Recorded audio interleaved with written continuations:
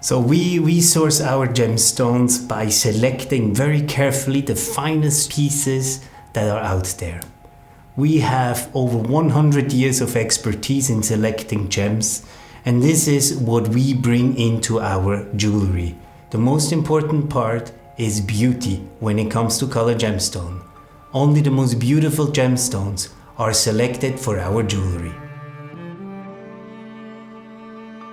Well, Burmese rubies are that sought after because of different reasons, I believe. One is definitely the history. You know, the Burmese rubies are known since so many centuries. It goes back to the time of the Maharajas and even further back. And they make part of the regional culture, of the Burmese culture. And they have been used in the trade, you know, among royalties, but also among other people for so many centuries, so that their reputation of being something adorable, of being something precious, is spreading over the world, not only recently, the last, say, 100 or 200 years, but already since a very long time. So it's definitely the long history that these stones already have in the world. The second point is definitely the material itself. You know, I mean, what people nowadays see as being the best ruby is pretty much defined by the Burmese rubies, you know, also because of the long history, but also because, you know, they represent, or the best qualities of the Burmese rubies, they represent exactly what people expect when they want a ruby. It's a straight, saturated red, you know, there's no modifying tone, it's just red.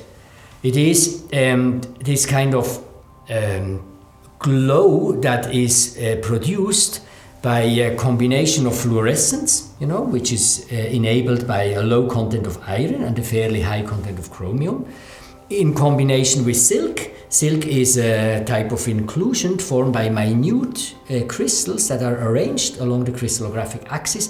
And this silk is scattering the light and makes the light very, very soft.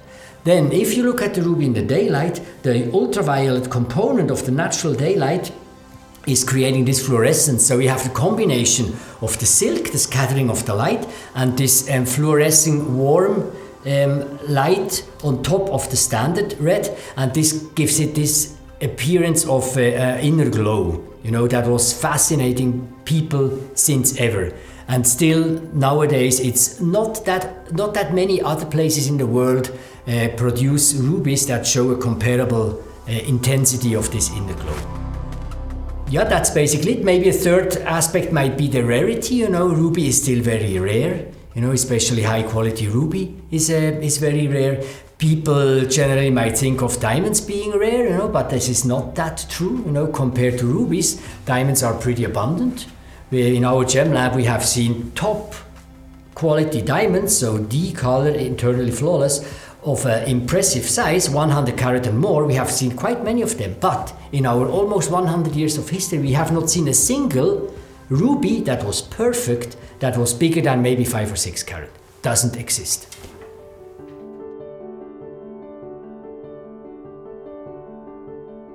Sapphires from Kashmir are legendary and among the rarest gemstones of the world. This is due to several reasons. Around 8081, maybe a year later or earlier, a little earthquake happened in the Padar region in Kashmir at the northern tip of India. This earthquake caused a landslide in around 4,500 meters altitude above the little village of Sumyam. This landslide uncovered one of the most famous sapphire deposits of the world, the Kashmir sapphires. These sapphires are extraordinary in size and color. Within a very short time, these gemstones became very famous and were highly demanded. But due to the high altitude and the harsh weather conditions, the mining was only possible for around 10 weeks a year. However, the deposit, also called the Old Mine, was practically exhausted in 1887.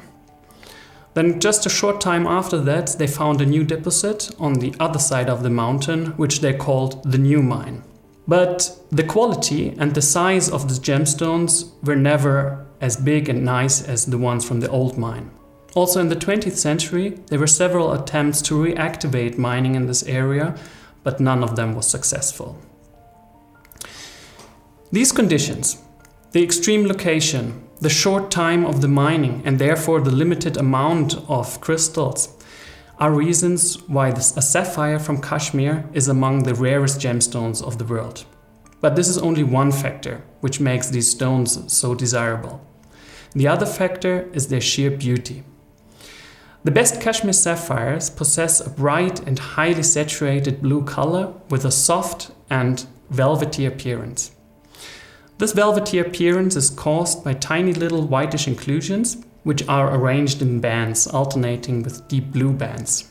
And these little tiny inclusions, they scatter the light within the stone and causing this softness, this visible softness of the color. The identity of these particles is still not 100% clear. Most likely it is rutile. And this is the same mineral or mineral inclusion that causes the famous silk effect in Burmese and Sri Lankan sapphires. Colombia has long been seen as the most famous and most renowned source for emeralds. And this probably goes back to the 16th century when Spanish conquistadores discovered the emeralds and instantly conquered their hearts due to their highly saturated and mesmerizing bluish green to yellowish green color, but also due to their great clarity. The first mine that got discovered in Colombia is called Chivor, and this was in 1537. Now today, Chivor is still considered one of the best origins for emeralds. In the following centuries, as emeralds were brought back to Europe by the Spanish and then traded across the globe, the Mughal rulers in South Asia also fell in love with that gemstone.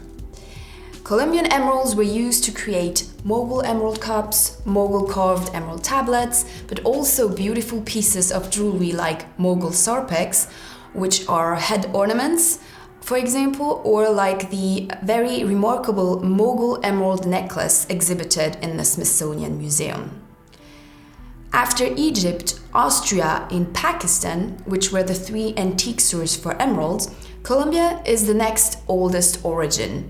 Emeralds in Colombia were known from local people for ages and traded in whole South America. However, it wasn't the case for Europeans and Asians. What we call the antique sources of emeralds produced rather low quality and for a limited amount of time. The beauty of the color of Colombian emeralds, but also their great clarity, are two factors that enchanted the world for hundreds of years and still enchants us today.